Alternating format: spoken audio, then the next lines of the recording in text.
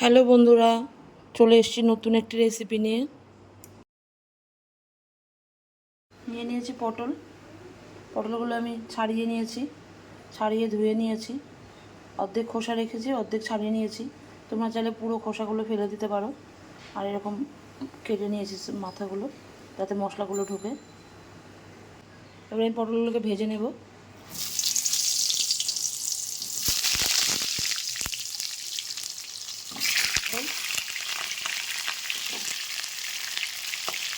এবার নুন,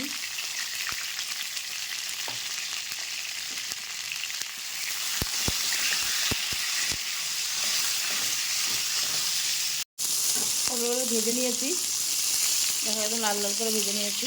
এবার আমি পটলগুলোকে নামিয়ে নেব। পটল ভাজার তেলের মধ্যে আমি দিয়ে দিচ্ছি গোটা গরম মশলা, এলাচ দুটো ফাটিয়ে দিয়েছি, দিয়ে দিচ্ছি একটা শুকনো লঙ্কা, আর দিয়ে দিচ্ছি সাদা জিরে। মশলাটা ফোড়নটা একটু ভাজা, এর মধ্যে আমি দিয়ে দেবো পেঁয়াজ বাটা।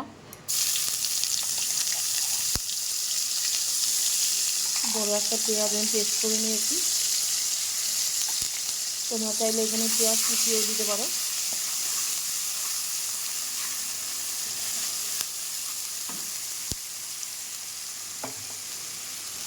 এর মধ্যে আমি দিয়ে দেবো এবার লঙ্কা বাটা,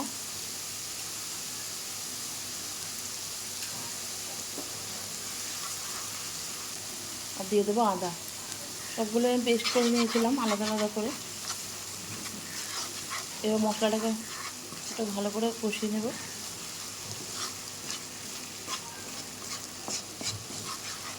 এবার আমি এর মধ্যে দিয়ে দেবো রোজকার আমাদের যা মশলাগুলো থাকে, হলুদ, জিরের গুঁড়ো, নুন।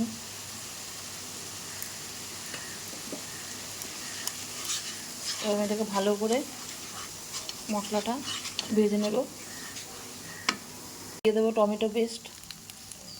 তোমরা এখানে চাইলে টক দইও দিতে পারো।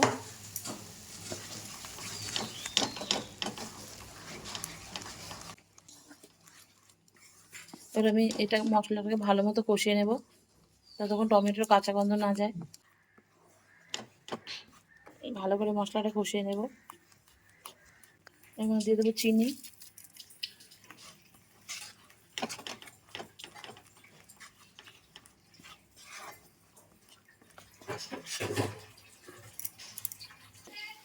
এবার ভেজে রাখা পটলগুলো দিয়ে দেবো। এবার মশলার সাথে কিছুক্ষণ এটাকে কষিয়ে নেব।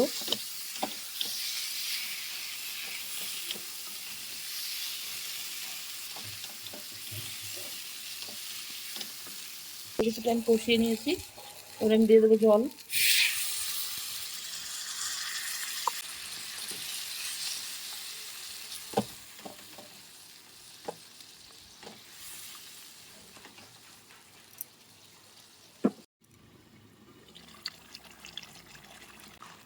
এই অবস্থা দিয়ে দেবো আমি কাজু বাটা।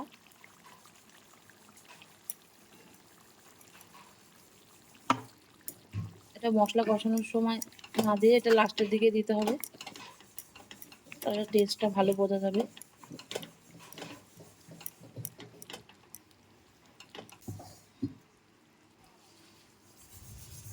দিয়ে দিচ্ছি গরম মশলার গুঁড়ো,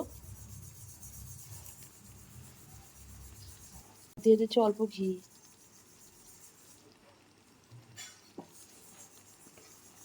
ভালো করে এবার মাখিয়ে নেব।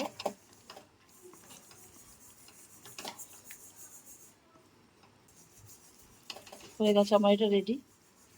দেখো নামিয়ে নিয়েছি। পটলের কোরমা রুটি পরোটা সব কিছু দিয়ে খাওয়া যাবে।